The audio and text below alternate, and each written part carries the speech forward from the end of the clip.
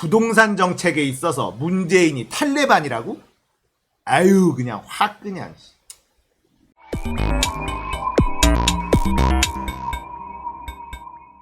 안녕하세요. 딱딱한 뉴스를 쉽고 재밌게 풀어드리는 시사건건 홀수영입니다. 자, 이번에 다룰 이야기는 국민의힘 윤희숙 의원직 사퇴 뻔뻔함의 극치 이야기입니다. 자, 권익위에서 국민의힘 국회의원 전수조사를 했죠. 부동산 투기 의혹자가 있는지 없는지. 자, 12명이 나왔어요. 저는 개인적으로 12명밖에 안 나올 리가 없는데 이런 생각을 했었는데 아무튼 12명이라고 합니다. 물론 이 국민의힘의 빌런급, 부동산 투기의 빌런급들은 이미 탈당한 상태였습니다. 그리고 법인 명의로 돼 있는 부동산 투기는 조사할 수가 없었다고 해요. 권익위의 권한 밖이었기 때문에 이미 이 법인 명의, 가족 명의로 된 법인으로 부동산 투기를 한 사람들의 의혹이 언론을 통해서 또 나오고 있기는 합니다. 자, 나는 임차인입니다 라는 연설로 유명해진 윤희숙. 알고 봤더니 임대인이었죠. 이렇게 뻔뻔해야지만 들어갈 수 있는 곳이 국민의힘입니다.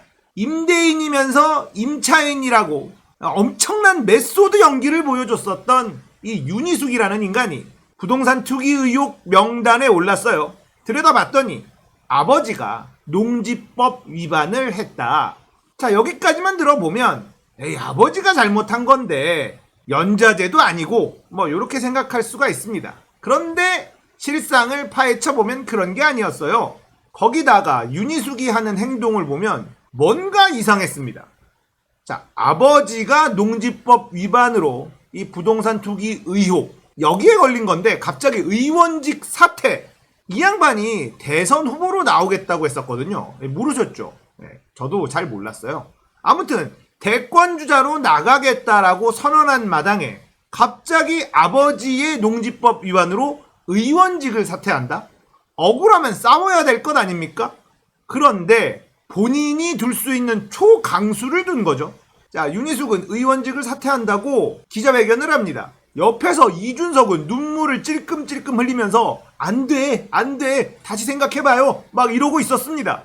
눈물 없이는 볼 수 없는 감동의 드라마가 펼쳐졌죠. 그리고는 이 양반이 한 워딩을 한번 좀 볼게요. 염치와 상식의 정치를 주장해온 내 신의를 지키는 길. 이게 사퇴의 변입니다.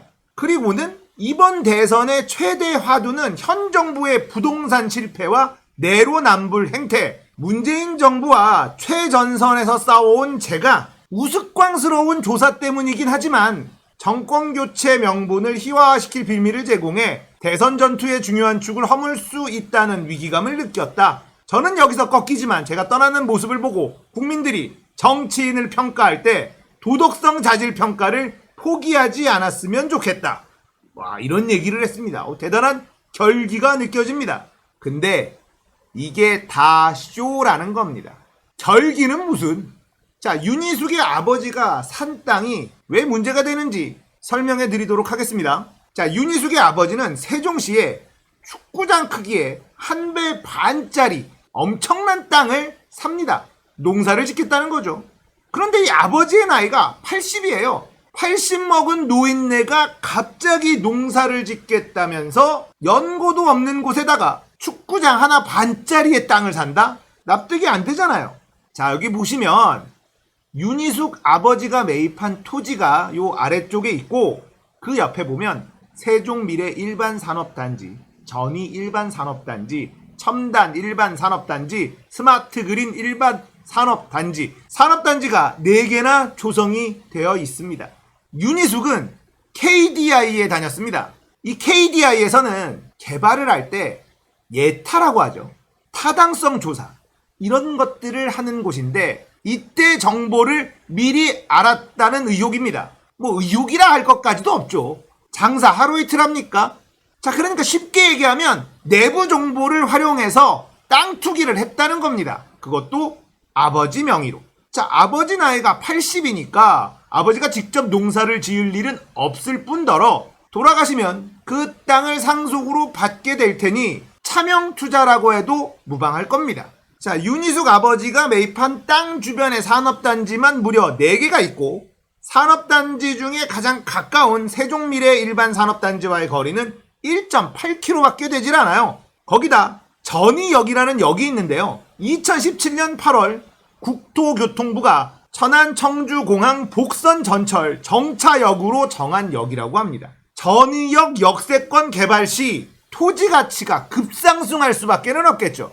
세종시가 추진하는 4개 산업단지랑 전이역 역세권 개발이 모두 이뤄지면 천문학적인 시세 차익을 거두게 될 것이다. 이렇게 예상하는 건 누구나 알 수 있는 거죠. 거기다가 윤희숙이 국회의원을 하면서 무슨 주장을 했었냐면 국회를 세종시로 옮기자라는 주장을 했었던 사람입니다. 자, 전우영 님이 윤희숙에 대해서 이런 글을 썼어요. 국힘당 대선 후보인 윤희숙 씨는 KDI 출신입니다. 한국개발연구원. KDI는 세종 스마트 국가산업단지와 관련한 일들을 맡았습니다. 윤희숙 씨가 KDI에 근무할 때 그의 아버지는 세종시 인근에 3천여 평의 농지를 사들였습니다. 국민권익위 조사로 그 사실이 드러나자 윤희숙 씨는 의원직 사퇴와 대선 경선 포기를 선언했습니다. 개발 정보의 불공정 거래를 이용하는 부동산 투기는 가장 질 나쁜 불공정 행위입니다. 국민권익위가 투기 혐의자로 지목한 국힘당 의원 12명 중 5명이 윤석열 캠프에 있답니다. 불공정을 유지, 확대하는 방도가 무엇인지는 불공정을 이용하는 사람들이 가장 잘 압니다. 주변에 불공정이 모여드는 사람이 불공정의 화신입니다. 윤희숙의 이야기를 하면서 윤석열까지도 돌려가는 글이네요. 자, LH 때문에 난리가 났었잖아요. 내부 정보를 이용한 부동산 투기. 그런데 이런 얘기가 있습니다. LH는 잔챙이다. 진짜는 이 KDI다 라는 얘기가 있어요. 자, 이렇게 되면 어떤 일을 해야지 되냐? 세종시 인근에 KDI에서 일했던 사람들, 가족들 전수조사할 필요가 있습니다. LH를 했듯이 KDI도 털어봐야 됩니다. 아마도 세종시 근처의 땅들 주인 바뀐 곳 꽤 많을걸요. 윤희숙은 문재인 정부를 탈레반이라고 규정하기도 했습니다. 어처구니가 없는 그런 인간이죠. 자, 윤희숙은 본인이 사퇴를 하면서 뭔가 결기를 보여주는 척은 했지만 사실은 빤스런을 한 거거든요. 기자들이 냄새를 맡기 시작했습니다. 조중동은 빨아주고 있지만 이상한 분위기가 감지가 되고 있어요. 노컷 뉴스에 노컷 특종. 자, 단순히 시세 차익 10억만 있는 게 아니라 이 윤희숙네 집안 자체가 기재부랑 연결돼 있더라. 모피아랑도 연결돼 있더라 라는 기사가 나왔습니다.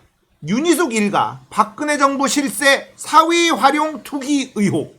이건 좀 세죠. 윤 의원 동생 남편 장경상 2013년 청와대 2016년 1월까지 기재부 근무.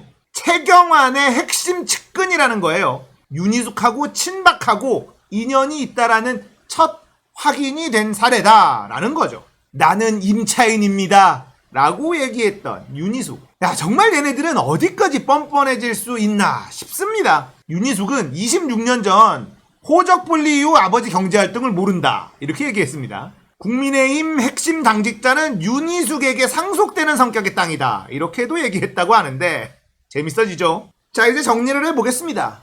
윤희숙은 KDI에 있었고 이 예비 타당성 조사, 이 예타를 담당하는 그런 조직에 있었다는 거예요. 거기다가 이 윤희숙의 제부는 기재부 출신, 박근혜의 오른팔 최경환의 핵심 측근으로 알려져 있다고 합니다.